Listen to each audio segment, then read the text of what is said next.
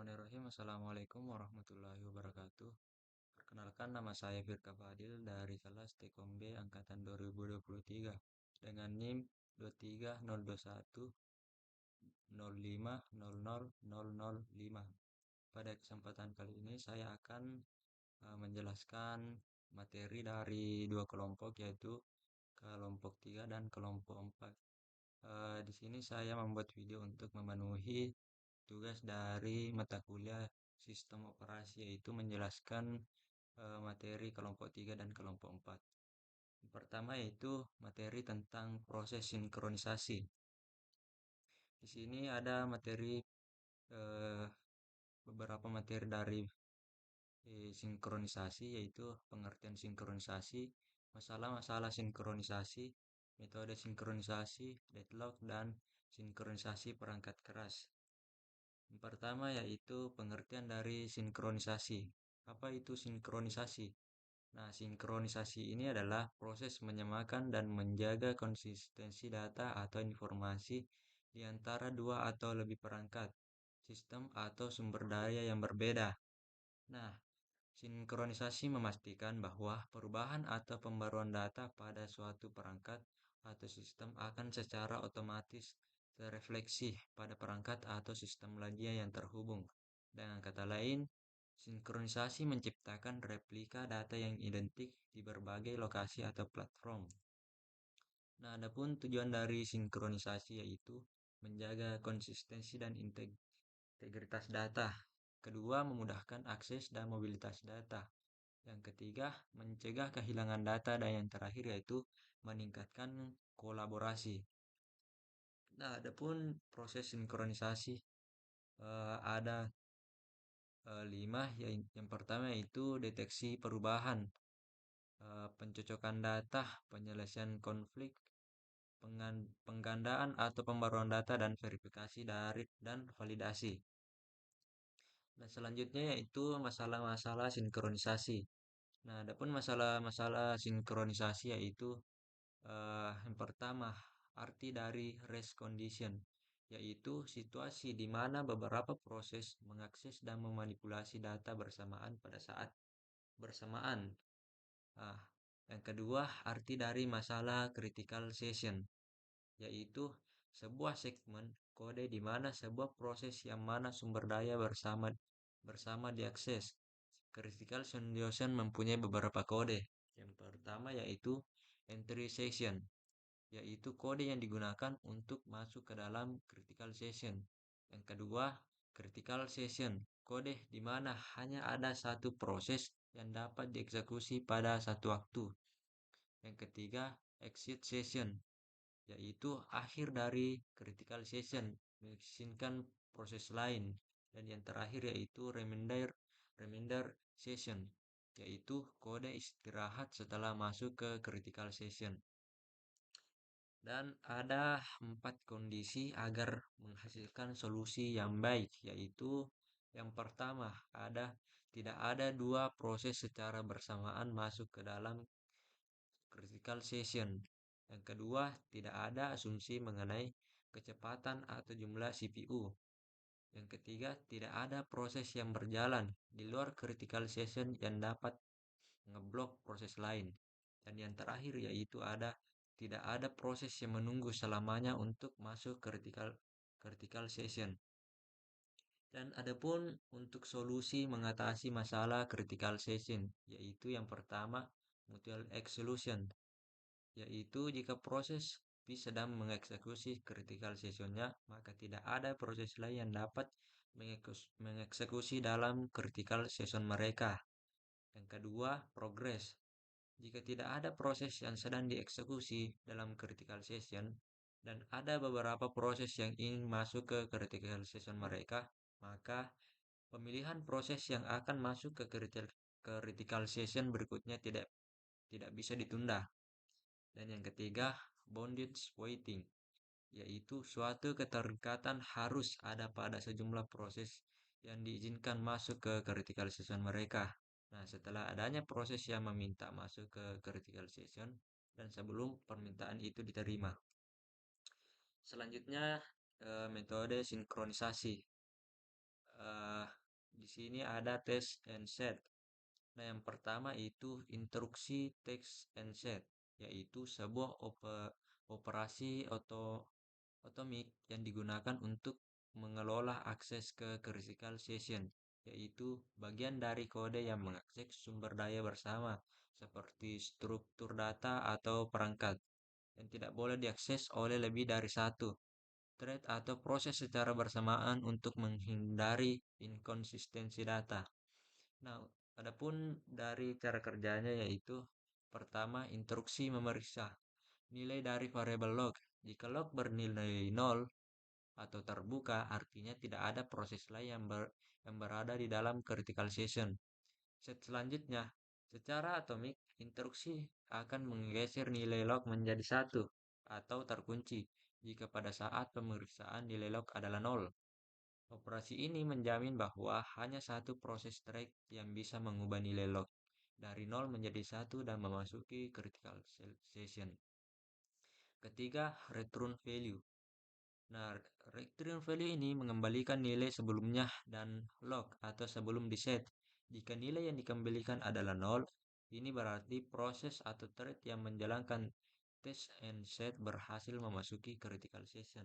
Jika nilai yang dikembalikan adalah satu, proses thread lain sudah berada di dalam critical session dan proses atau thread yang saat ini mencoba harus menunggu. Selanjutnya ada semafor. Nah, untuk cara kerjanya yaitu ketika proses thread ingin masuk ke critical session atau mengakses sumber daya, ia harus terlebih dahulu menjalankan proses wait pada semafor. Proses ini akan mengincrement nilai semafor. Jika nilai semafor setelah decrement adalah negatif atau nol, proses atau thread tersebut akan diblokir oleh sistem operasi karena sumber daya tidak tersedia dan menunggu sampai sumber daya tersebut menjadi tersedia. Nah, jika nilai semafor positif, proses tersebut diperbolehkan untuk melanjutkan karena sumber daya tersedia. Signal setelah menggunakan sumber daya, ia harus menjalankan operasi signal pada semafor. Operasi ini akan mengincrement nilai semafor. Ini menandakan bahwa proses telah selesai menggunakan sumber dayanya dan sumber daya tersebut kini tersedia untuk proses lain.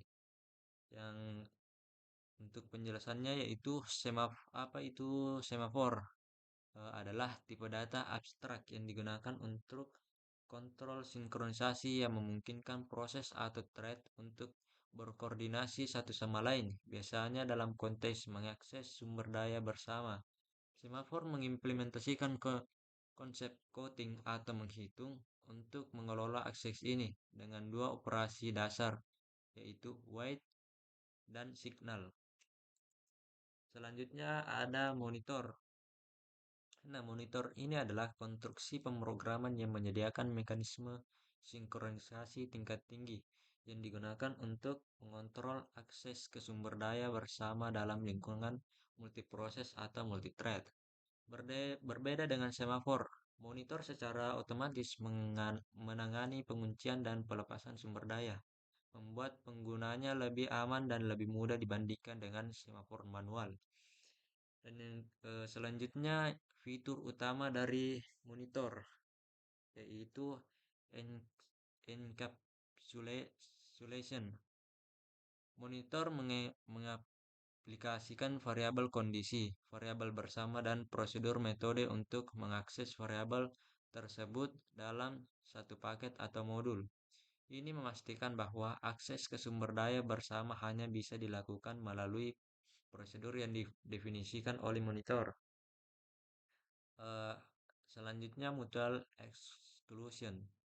Monitor secara otomatis menjamin mutual exclusion atau keselingan eksklusif di dalam critical session. Ketika sebuah proses atau thread masuk ke dalam monitor, proses atau thread lainnya harus menunggu sampai thread pertama keluar dari monitor sebelum mereka masuk. Dan yang ketiga yaitu condition variable. Monitor menggunakan variabel kondisi untuk mengatur urutan akses ke sumber daya.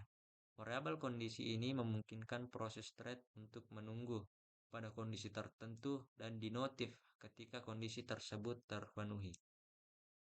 Nah, adapun contoh dari sinkronisasi yaitu ada monitor di JVM dengan kata kunci synchronized.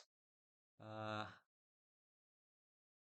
ini misalkan terdapat program yang memiliki dua utas yang ingin menambahkan nilai ke variabel Sion tanpa sinkronisasi. Ada kemungkinan kedua utas mencoba menambahkan nilai secara bersamaan dan dapat menyebabkan hasil yang tidak terduga. Dan selanjutnya ada critical session dalam kernel. Dan yang terakhir itu interupsi.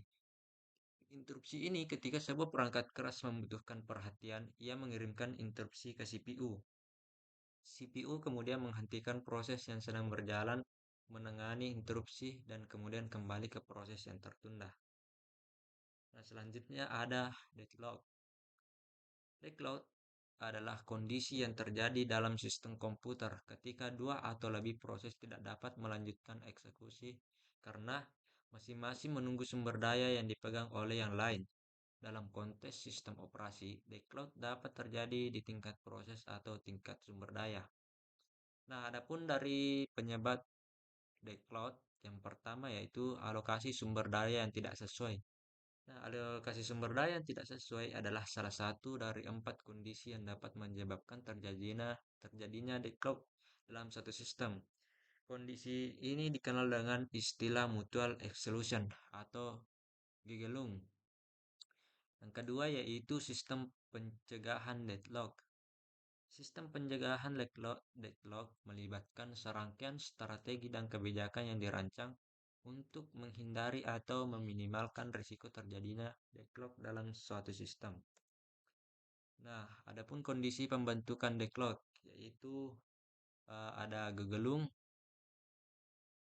salah satu dari keempat kondisi yang dapat memicu terjadinya deadlock dalam suatu sistem. Yang kedua, menahan dan menunggu atau hold and wait. Yang ketiga, tanpa pengguliran. Nah, eh, tanpa pengguliran itu adalah salah satu dari keempat kondisi yang dapat menyebabkan terjadinya deadlock dalam suatu sistem. Kondisi ini berkaitan dengan ketidakmampuan sistem untuk mencabut atau merebut sumber daya yang sudah diambil oleh suatu proses. Dan yang keempat itu pengguliran bergantian. Pengguliran bergantian ini menunggu sumber daya yang dipegang oleh proses, yang dimana setiap proses menunggu sumber daya dalam pemakaian tersebut. Dan PN menunggu sumber daya yang dipegang oleh P1 membentuk suatu siklus penggunaan. Adapun strategi penanganan deadlock. Yang pertama itu pencegahan deadlock. Pencegahan deadlock melibatkan strategi dan mekanisme yang dirancang untuk mencegah terjadinya deadlock dalam suatu sistem. Pencegahan ini melibatkan identifikasi dan pengolahan keempat kondisi yang dapat menyebabkan deadlock. Dan yang kedua yaitu deteksi dan pemulihan deadlock, yaitu strategi yang digunakan untuk mengidentifikasi adanya deadlock dalam suatu sistem dan mengambil tindakan pemulihan untuk mengatasi situasi tersebut. Dan yang ketiga itu izin pengguliran atau preemption. Izin pengguliran ini atau preemption adalah kemampuan sistem untuk mencabut sumber daya yang sudah diambil oleh suatu proses dan mengalokasikannya ke proses lain yang membutuhkan lebih mendesak. Dan yang terakhir itu ada penghindaran deadlock. Penghindaran deadlock ini adalah strategi yang dirancang untuk mencegah terjadinya deadlock sejak awal dalam satu sistem. Pendekatan ini melibatkan pengolahan alokasi sumber daya dan permintaan sumber daya dengan bijaksana untuk menghindari sesuatu yang dapat menyebabkan deadlock. Selanjutnya kita beralih ke materi dari kelompok 4 yaitu tentang materi tentang thread. Nah, yang pertama, apa itu thread? Thread atau yang disebut dengan proses ringan, lightweight adalah unit dasar dari instalasi CPU. Di dalamnya terdapat edit thread, program counter, register, dan stack. Dan adapun jenis-jenis dari proses thread, yang pertama yaitu single thread. Single thread ini adalah model pemrosesan di mana hanya satu thread eksekusi yang berjalan pada satu waktu tertentu. Dalam model ini, semua instruksi dieksekusi secara berurutan oleh thread tunggal. Meskipun pengguna sumber daya cenderung lebih sedikit karena hanya ada satu thread yang berjalan, namun kemampuan untuk melakukan multitasking secara langsung tidak ada dalam model ini.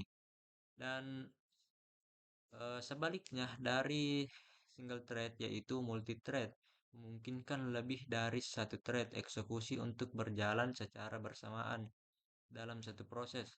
Dengan demikian, responsivitas dapat ditingkatkan karena operasi yang memakan waktu lama dapat dijalankan di thread terpisah dan memungkinkan thread lain untuk tetap responsif. Selanjutnya yaitu keuntungan dari multi-thread. Keuntungan yang pertama yaitu respons responsif. Multithreading meningkatkan responsivitas aplikasi dengan memungkinkan beberapa tugas dieksekusi secara bersamaan, sehingga operasi yang memakan waktu lama tidak menghentikan seluruh aplikasi. Yang kedua yaitu sumber daya. Berbagi sumber daya dalam multithreading dapat terbagi sumber daya seperti memori dan file, memungkinkan efisiensi penggunaan sumber daya di antara thread. Yang ketiga, ekonomis. Dengan memanfaatkan kemampuan arsitek multiprosesor, multithreading dapat memberikan solusi yang ekonomis dalam meningkatkan kinerja aplikasi tanpa perlu meningkatkan secara signifikan perangkat keras. Dan yang terakhir yaitu utilisasi arsitektur multiprosesor. Nah, eh, multithreading secara efisien memanfaatkan arsitektur multiprosesor modern dengan memungkinkan eksekusi bersamaan dari thread-thread yang berbeda pada prosesor-prosesor yang ada. Selanjutnya, kerugian multithread. Yang pertama, jika digunakan berlebihan akan berdampak pada pemborosan resource dan CPU. Kedua, sistem yang memiliki kecepatan prosesor dan memori cenderung sama. Ketiga, multithread menghasilkan program yang lebih kompleks. Yang keempat, thread yang banyak bisa saling berinterferensi. Yang terakhir yaitu overhead, kinerja tidak konsisten, kesulitan dalam pemrograman. Adapun model dari multithread yaitu berdasarkan dari threadnya, thread support. Yang pertama thread user, kedua thread kernel. Selanjutnya berdasarkan dari pemetaan thread.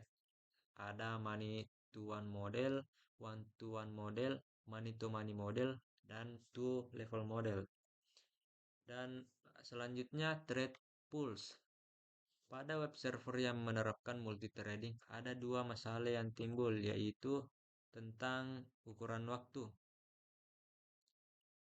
Waktu terjadi ketika dua atau lebih thread berusaha untuk mengakses sumber daya bersamaan secara bersamaan, dan hasil akhirnya tergantung pada urutan eksekusi thread. Ini menyebabkan ketidakstabilan dan hasil yang tidak konsisten dalam aplikasi. Selanjutnya itu pembuatan thread yang tidak terbatas jumlahnya. Nah, jika tidak ada batasan yang diberikan pada pembuatan thread, aplikasi dapat memulai pembuatan thread dalam jumlah yang sangat besar. Hal ini dapat mengakibatkan penggunaan sumber daya yang tidak terkendali dan mengakibatkan overhead yang tidak perlu. Bahkan dapat menyebabkan kegagalan aplikasi atau sistem. Nah, selanjutnya keuntungan dari thread pool. Yang pertama itu lebih cepat untuk melayani permintaan. Yang kedua, thread pool membatasi jumlah thread yang ada pada suatu waktu. Dan yang terakhir itu dapat meningkatkan performa serta sistem yang lebih stabil. Selanjutnya itu ada pembatalan thread. Thread cancellation adalah pembatalan thread sebelum tugasnya selesai. Umpamanya jika dalam program Java hendak mematikan Java Virtual Machine atau biasa dikenal dengan JVM, sebelum JVM dimatikan, maka seluruh thread yang terjadi harus dibatalkan terlebih dahulu. Contohnya adalah di masalah short. Pemberhentian target thread dapat dilakukan dengan dua cara, yaitu synchronous cancellation dan different cancellation. Selanjutnya itu ada penjadwalan thread. Beberapa teknik penjadwalan thread yang umum digunakan itu ada penjadwalan first come first server, penjadwalan prioritas, penjadwalan short job next, atau dan yang terakhir itu penjadwalan round robin. Selanjutnya penjadwalan eh, thread. Beberapa teknik penjadwalan thread yang umum digunakan yaitu ada tiga. Yang pertama penjadwalan short remaining time atau SRT, penjadwalan multi queue, dan yang terakhir itu ada penjadwalan real time. Eh, Selanjutnya itu ada thread Linux. Yang pertama ada kekurangan dan kelebihan. Ya, kelebihan dari thread Linux itu yang pertama peningkatan respon dari user. Yang kedua pembagian sumber daya proses. Dan yang ketiga yaitu ekonomis. Adapun kekurangan dari thread Linux yaitu pembuatan thread pengguna, lock oleh user thread, dan kecepatan. Mungkin itu saja materi yang sempat saya sampaikan. Kurang dan lebihnya mohon dimaafkan. Wabillahi taufiq wal hidayah. Assalamualaikum warahmatullahi wabarakatuh.